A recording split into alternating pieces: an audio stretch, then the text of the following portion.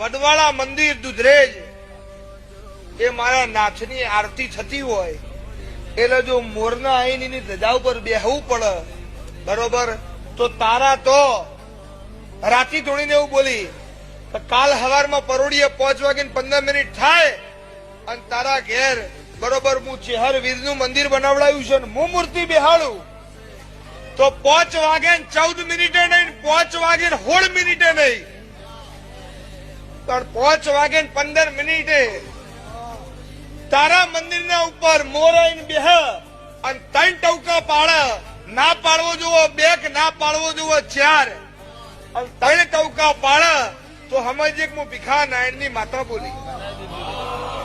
એટલે રબારી મૂંઝવણમાં પડ્યા કે હવે કબૂતર નહીં આવતો મોર શું આવશે?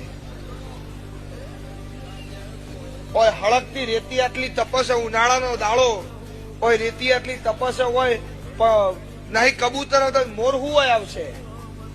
હા, શ્યામાળાના રબારી ભેગા થયા.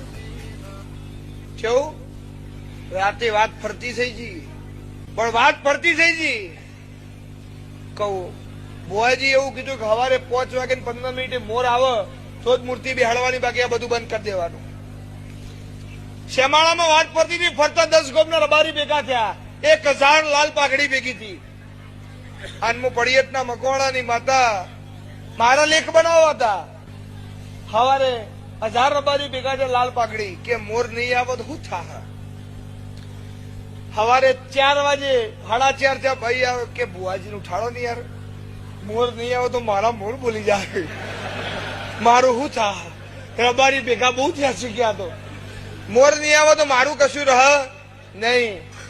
દાંતણ કર્યા વગર મારા બોયા ચિંતા ના કરજો, મોર ના આવે ને તો હજુ માતા ધૂણવા મહિનો થયો છે, આજ પછી ધૂણવાનું એ નહીં, બાપો ધૂણવે બહુ છે, આપડે ધૂણવાનું થતું નથી.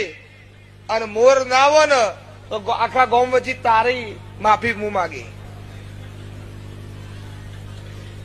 મોર આવ્યો 5:13 થી હંગાતે ભાઈઓ તો ખમચોડ્યો કે ભાઈ મોર નહીં આવે. મેં કહ્યું હજુ 2 મિનિટની વાર છે, શાંતિ રાખ. મારા પર અંદર પેટે ધબકાલ વધતા હતા, પણ વિશ્વાસ હતો કે મારો રામ સારું જ કરશે. 5:15 થી ઉગમણી દિશામાંથી મોર આવ્યો, ટવકા કરતો કરતો. એ દાડો 1000 રબારી 90 વર્ષના નાચ્યા હતા, કૂદ્યા હતા કે માતા હોય તો આવી, એ મારો કોમ છે.